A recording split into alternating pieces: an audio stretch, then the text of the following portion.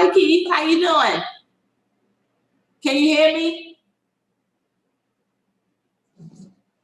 Can you hear me talking? Hello. Oh, there you go. How you Can you hear me? doing? How you doing? Yep, I can hear you fine. Cool deal. How was that birthday celebration? It was great. I mean, for what I got out of it, I had to cancel my Yeah. Jamaica. I was going to Jamaica, me and the wife. Oh, So I got a buddy that lived there. He was like, "Man, it ain't really worth you coming down. They're closed a lot of stuff down there also." wow. So I said, I'm not going to spend money to be locked up in a room. Stay here. Exactly. Well, you can do that here. Well, we stayed here. We went to the casino. My wife went $7,000. So I know that's right. Way to go, wife. right. Well, at least you got to do something which was really good. Right. Yep. How you been? Okay. I've been doing okay. I'm dealing with all of this as best I can. Yeah. It's like this is our new normal. So you either deal with it or not, but you make the best. Yeah. It sucks though. That's like I say, you make the best out of stuff. Find time, stuff that you didn't used to have time for. You can do that. Like reading and true. Yeah. studying. Like I study a lot. I read a lot now. Get some education. Good. Fill your brain up with some knowledge that you didn't have before. Absolutely. Like if you're not making the most of this time, something is wrong. Yeah, you're wasting it. It's your time to reinvent yourself. Yeah, because I was a person that didn't have time. You know what I mean? So now I have it, which is sometimes it's hard to deal with because I'm used to moving. I'm used to always doing something for your life just to stop. I mean, I know you can relate. Right. Yeah, definitely. Kind of sucks. It does, but I think I look at it like it's temporary. And I could be working on things that I didn't really have time to do. So that's kind of like how I look at it. Gotcha. Because if I don't focus, I'm gonna end up getting depressed. And that's not an option. So you hit it right on the nose. That was my thing. I don't share with a lot of people. I suffer from anxiety, so yeah, and it's hard, so you kind of gotta keep yourself busy. Mentally stay mentally, strong. A lot of people think it's physical, but hey, I'm a big man. Everybody look at it, oh, he's big. No, but it don't matter how big you are when your mind ain't strong. You know what I mean? So yeah, I think that's like one of the biggest things. That's why I kind of like to talk about intimacy so much, because our preconceived notions on what a man should be is so fucked up. Right. Like men cry because they're human. It's hard. But so many of them were taught it's not manly to cry. So, and I think we have to get away from that. Yeah, exactly. Mm-hmm. The man, especially the black man, we carry a lot on our back. The black man, right? We carry a lot on our back. And that's true. But as women, we have to learn to be more receptive to being supportive. Right. You can't, if you have a man who does cry, don't make him feel less than because of what you were taught. Yeah. And actually, it takes a strong man to cry around, I agree. I definitely agree. So I became a master mason as of yesterday. That was my birthday as being a master mason was yesterday. Oh, that's cool. Oh, cool. It was a big milestone in my life. Yeah. That really puts me in the game. It really gets you to know yourself. Yeah. And who you are and how to deal with things like this. Mm-hmm. So it's one of the best things I signed up for. Yeah, it's a strong brotherhood. Mm-hmm. My grandfather and his brothers were Masons. In fact, like my grandfather ran the second largest union in Florida. Oh, wow. Yeah, and he was like instrumental in getting a lot of those hotels built on South Beach. Hold on a minute. Okay. Did Brian come in? Of course, people gonna call. Brian. Of course, people gonna call when you in It's the meet. always like that. Oh my God. I mean, it happens. So if you have to take a call, I'm okay with that. Because it happens. I'm on a radio meeting. Well, she called back, I'll tell her. So we good. Okay. So I'm gonna actually invite you into the station, but tonight I wanted to use the opportunity for you to talk about what was the deciding factor in you doing this fundraiser and why was it important to you? Okay. That's cool. Okay. So why was this like really important for you? What do you mean, like the having the toy drive period? Right. Okay. I would say because coming up, I wasn't born, with a silver spoon in my mouth, and so I was one of the kids that know how I feel to come outside on Christmas Day, and you see all your friends with new bikes, the whole neighborhood, and smiling and having got a lot of nice things. Not to say my mom didn't provide anything, but she did what she could. Right.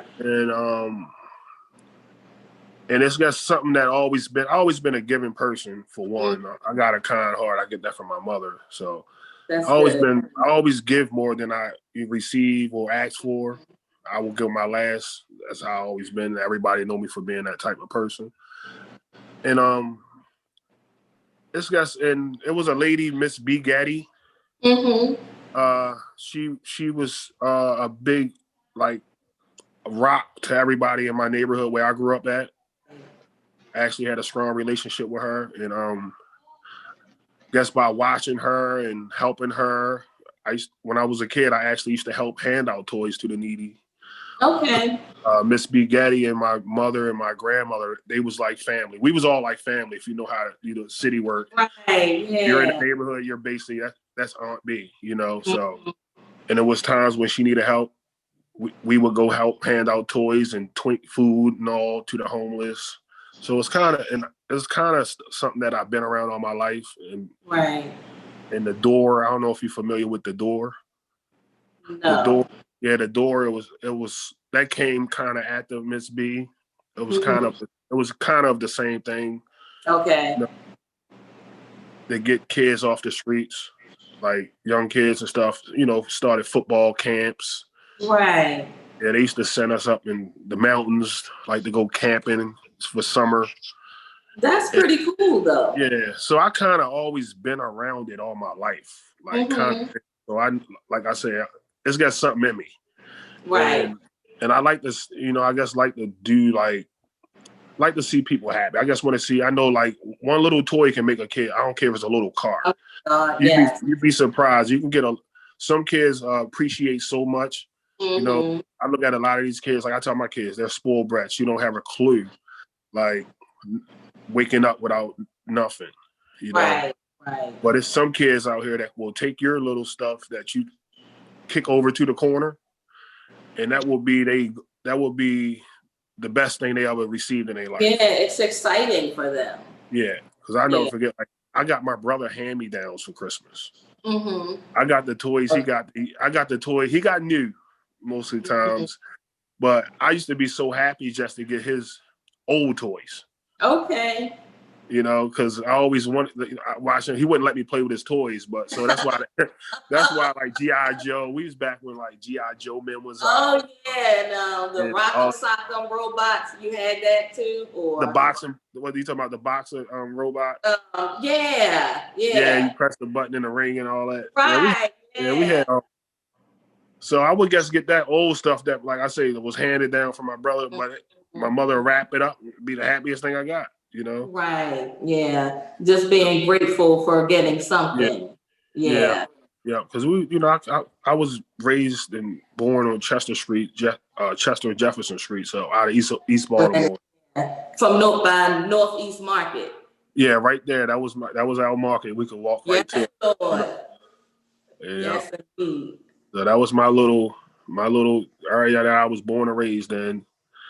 And like I say, and that lady, Miss B. Gaddy, I mean, she made a lot of people happy. Like to this day, Yeah. that's who I donate to. Like Okay. the toys I get, I usually take a lot to her, and I also donate to the House of Roof, just to keep it. Okay. Yeah. Now that's pretty good. Like I used to work for a housing shelter in Pikesville for Yep. homeless women with children. Mm-hmm. And even when I left, I would adopt two families because for a kid to wake up in a transitional housing program Right. and the parent not really be able to give them a big Christmas.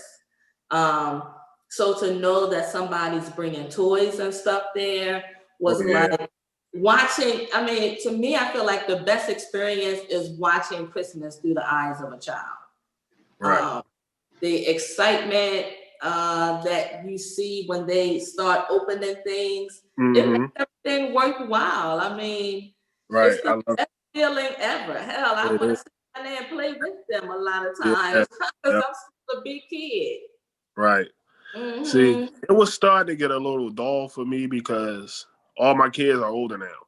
Okay. Like 21 and 19 and 20. So they're grown. They're grown. So the Santa Right, Claus, that stuff is done with them.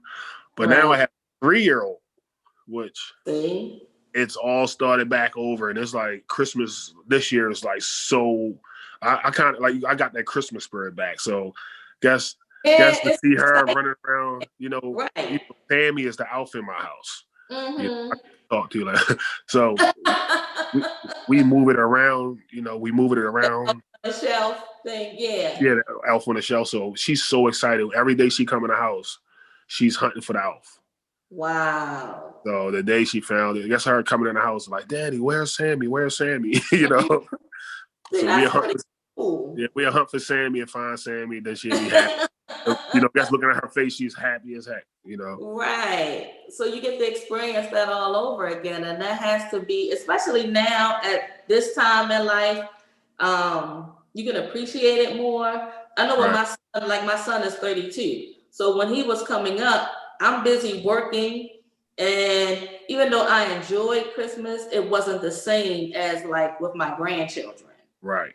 It's a lot different now because I have the time to really invest. Yes. Yeah, so that makes a big difference. Yeah. So with the toy drive, are you getting like good response from it from Yeah, people? I think it's gonna be real. We usually always have.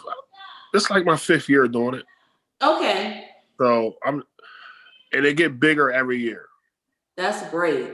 because we get more supporters. Like Hmm. this year, we have the infamous Riders, which is Okay. MC, and they're kind of really making it like big. So they kind of put their name on it, and they're bringing a lot of stuff in, Mm-hmm. you know, along with Killer Dogs, family, friends, word of ear, you know. Also, my Masonic brothers, they promoting it. So Oh, it's kind of a lot of people promoting it. yeah. Yeah, which we're going to do one the 23rd also. Okay. And that's going to be for the Masonic Lodge. So we're going Mm-hmm. to have 2. So whatever we get, we're going to donate at different places. Oh.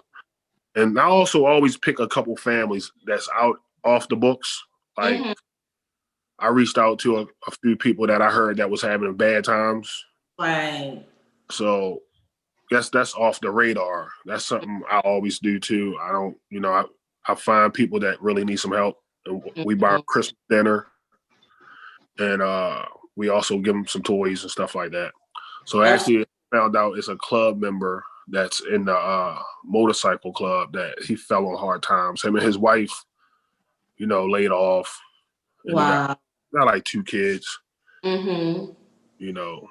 And I seen that he needs some help, so we're gonna surprise him though. Oh, that's nice. I'm gonna send. I think I got 2 turkeys and got some canned goods and stuff like that. Want to send up to him. Okay. Yeah, he got a 12-year-old and a 6-year-old. Mm-hmm.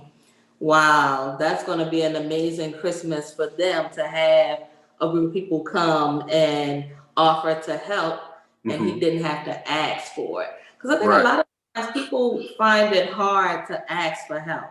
I think a lot of times it could be pride, or even just being embarrassed to ask for help. Yeah, it's a pride thing. Yeah. Some people don't have pride, but like some people, like I donate to who I think need it because like it sucks at this time that it's still people that take advantage of stuff.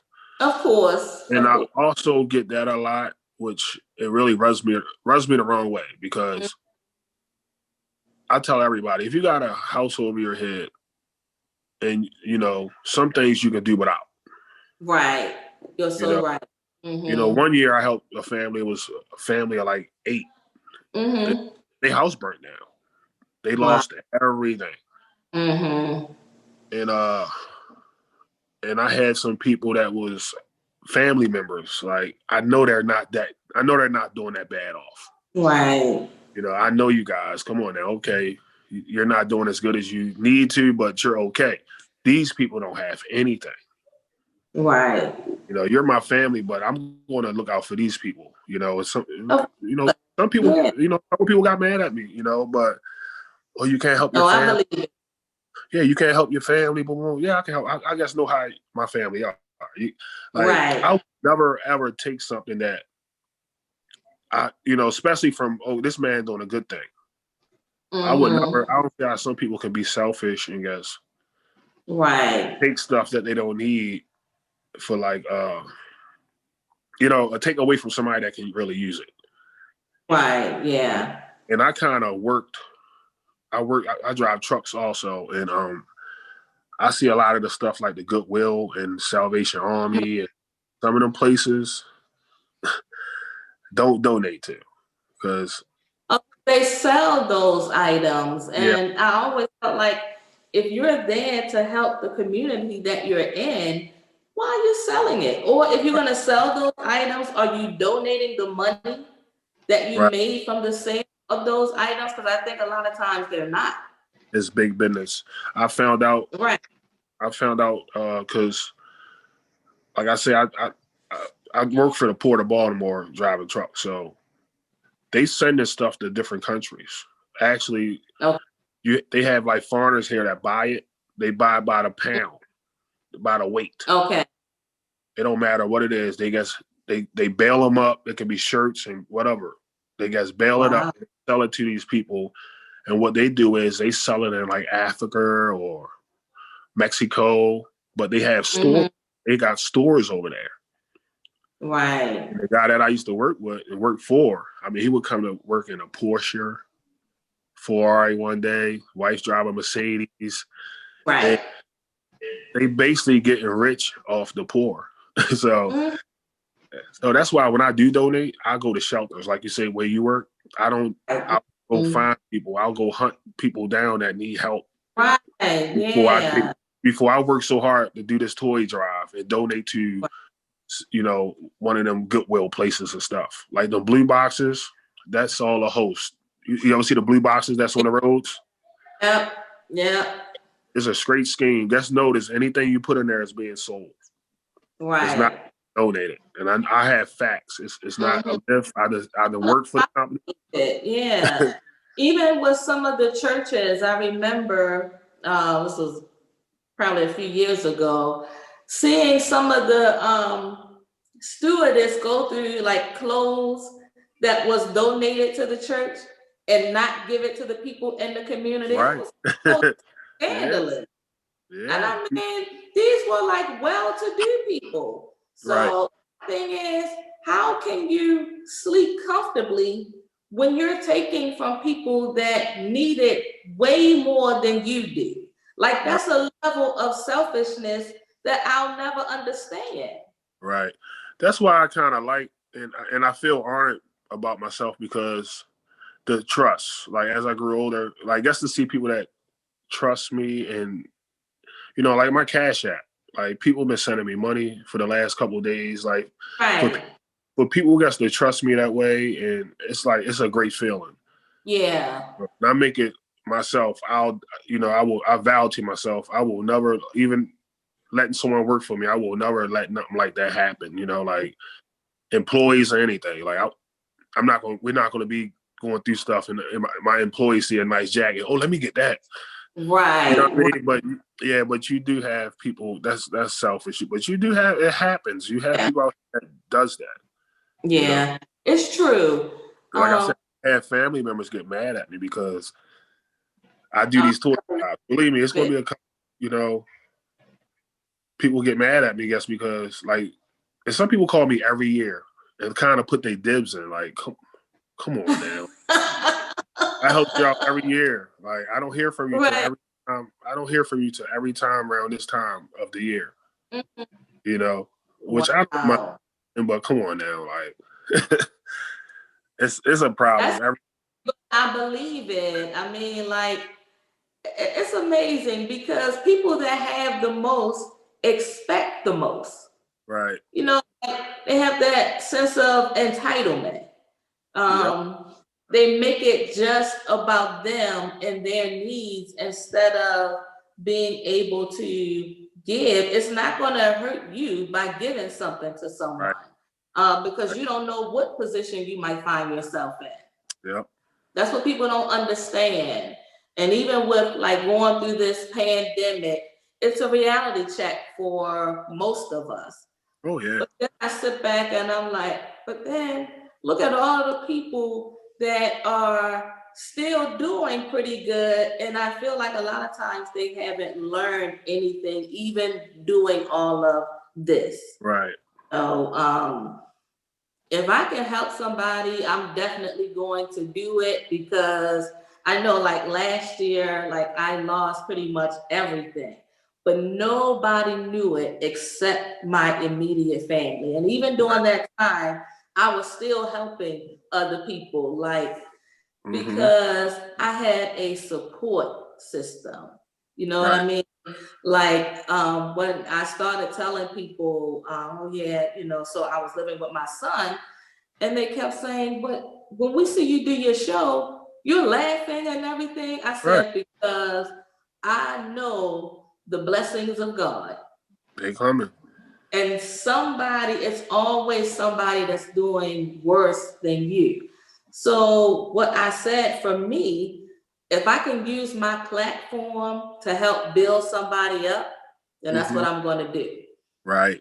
The thing with you, when we had our last Black Wall Street, I was supposed to have had you come on the show. Right. But you got up there and received your award. What I remember the most was your humility. And like, I never forgot that. I mean, I know that you had an amazing story, and I can't wait for you to share it, but you had so much humility. Yeah. And I think in today's world, that's rare. Yeah, right. Yeah. So that was impressive to me. And Bryant, he just speaks so highly of you. Like, I told him, I think a couple of days ago, I said, since your connection with Keith, you have grown significantly. And yeah, he really has. And I know a lot of that is the impact that you have on him. I think that you showed him a brotherhood that he wasn't used to receiving. Right. Like I always say, you have people that are constantly trying to take from you. So you have to understand that you are valuable. And then you have to look at when people come and they sink their claws into you, you got to look at the bigger picture a lot of times. Like, what do they want from me? Because I think sometimes we are so excited that someone is taking notice, but we don't understand a lot of times that they need you more than you need them. But you can't see the whole story. But when I think of how he speaks of you and the impact, my brother, you are all right with me Right. because Yeah. I don't have a problem pouring life into someone. Right. And that's what I admire. Even when he's talking about you, I admire that about you because you don't have a problem helping anyone. It's never about ego. It's about being able to uplift the community. And that's what I get from you. Right. I appreciate that. So anything that I can do in terms of my platform, just let me know. Because right now I have a couple of things going on. So anybody that I'm promoting, they're going to reap the benefits of that too. Like I'm getting ready to be featured in 2 large publications. So for me, I'm all about the people that support me. So if I can mention Killa Dogz or whatever you have coming up, I'm willing to do that because I believe in what you're doing. And I just appreciate you being sincere. Thank you. Yeah. Yeah. Yeah, So, Brian's a good guy. He is. Yeah. When I first met him, he was working with 2 other people for the Entrepreneurs of Baltimore. And when I saw him, I said to my partner at the time, they're not even on his level because they don't have that commitment. And the one thing about Brian, he's always committed to whatever project he ties his name to. Yeah, right. Yeah, so, but I think you're the same way. And even going back to the toy drive, oh, you got to mention the address too. But going back to the toy drive, just to be in a community and having the benefits of working with B. Gaddy was very influential in your life, and you're continuing that work. That's a blessing. Yep. Kind of like always wanted her name's going to always live on, but I mean, if she can see what I'm doing, she would be happy. You know? Proud, yeah, absolutely. I always try to do it in her name, you know. Mm-hmm. So that's why I say the impact you have on people don't know, like the impact she had on me, you know. Mm-hmm. And most people be shocked for, you know, like my upcoming, you know, would never thought I would be that type of guy. Yeah. They that have but that people whole, change. you know. Yeah, exactly. Yeah, people change. You know, when you get older, you start to grow. And then I think a lot of it is your support system because your wife is very supportive. Oh, yeah. And I think in itself is a blessing. So when you got that strong foundation, you can do anything. Right. Yeah, you can do anything. And she's a wife more like she's going to be. You there? I'm here. Yeah, you kind of. I don't see you. You want Well, me? there you go. So Okay. she's the type of lady. She's down for whatever I'm down for. So It shows. you know that's a good thing. Like she's very supportive. Anything I want to do, she's down to do it. You know, so yeah, that makes a difference. Yeah, that makes she's never against it. You know, but sometimes she say, "Honey, you're too kind. You're too good. You get." You know, because like you say, I have a lot of like vouchers that they when you see like Pookie, I call him Pookie Bryant. Right. Like, he kind of reminds me of me. Me and him got a lot of. Al Hart is kind of in the same way. So people try to come take over take advantage of us because they know we're good people. Right. It's hard for me to say no. Like for me to say no to a person, it takes a lot. Yeah. So and then you probably feel bad about it. And I do feel bad, even after I say no. I call that person and be like, look here. Right. You know, like like some family members, that's going the wrong path and they're asking me for money and I know what they want the money for. And I can't, it's hard for me to say no because I feel as though like if I don't give it to them, they're going to do something stupid. They get the money, probably go hurt somebody. So let me get for him so he won't go out here and get in trouble. Right.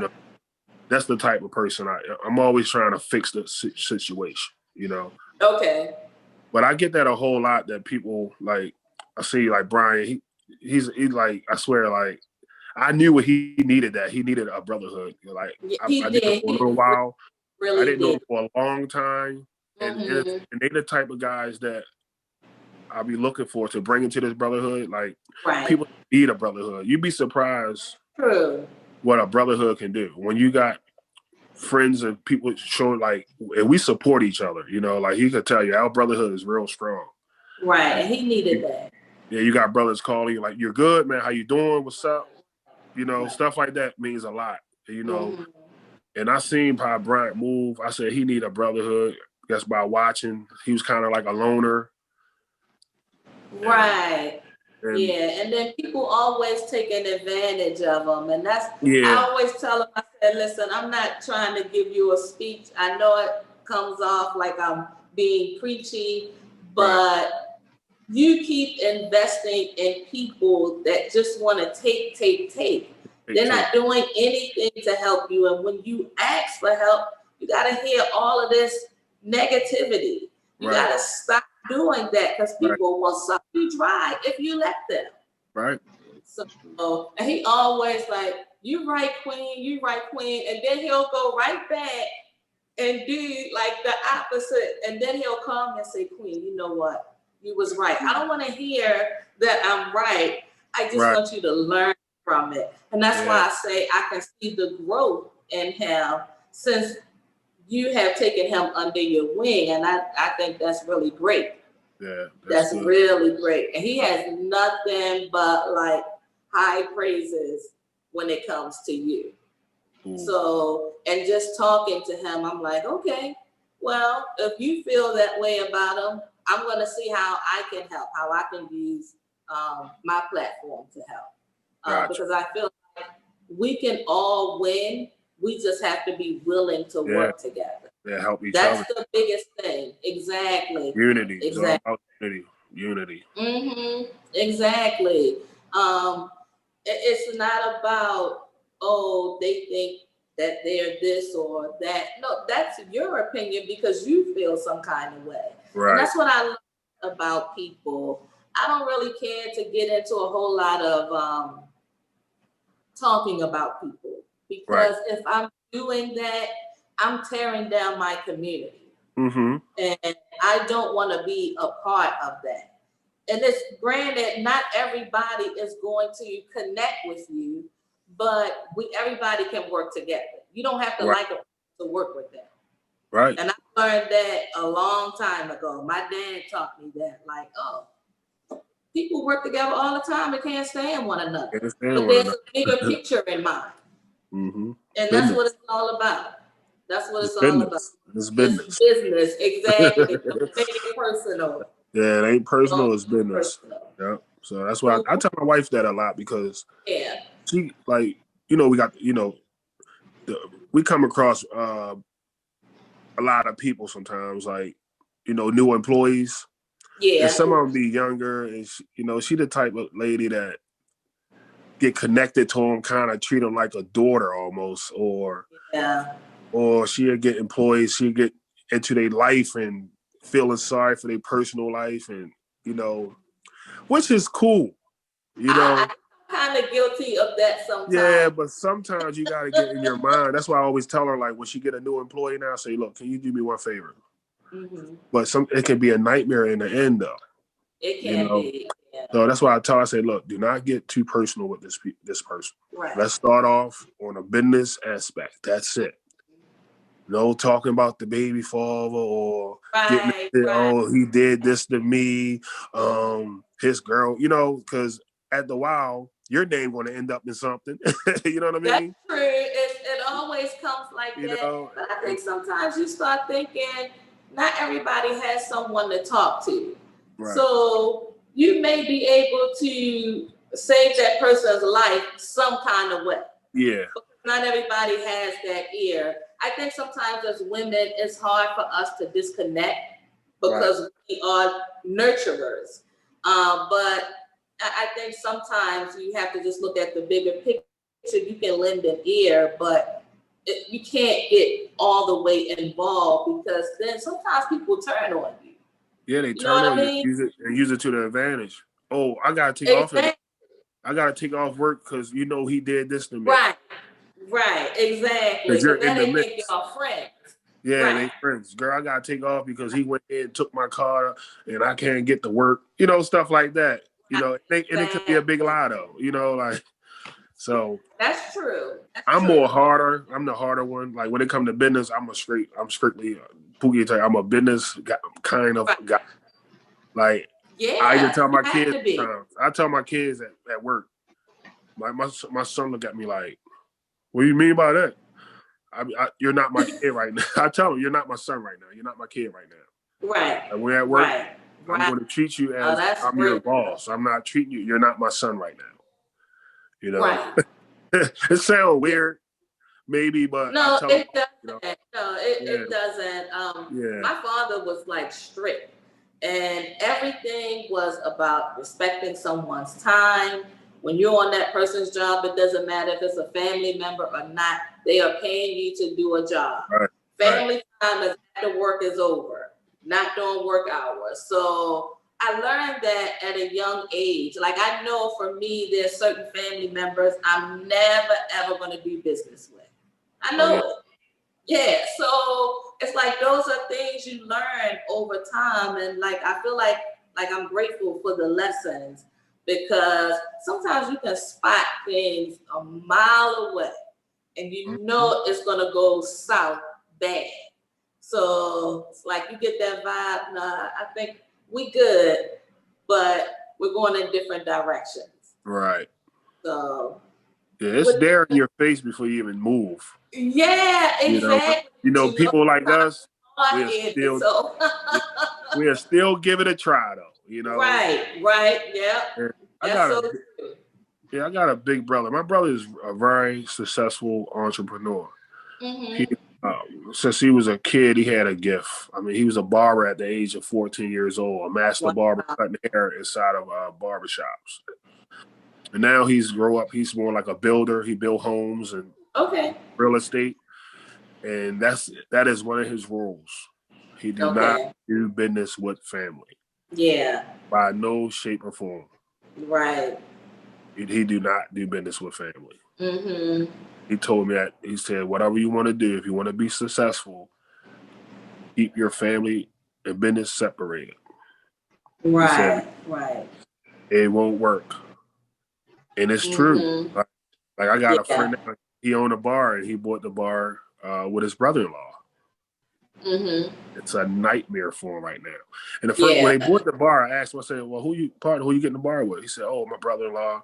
And it hit me in my head. But my brother said, never do business with family. So I'm like, right.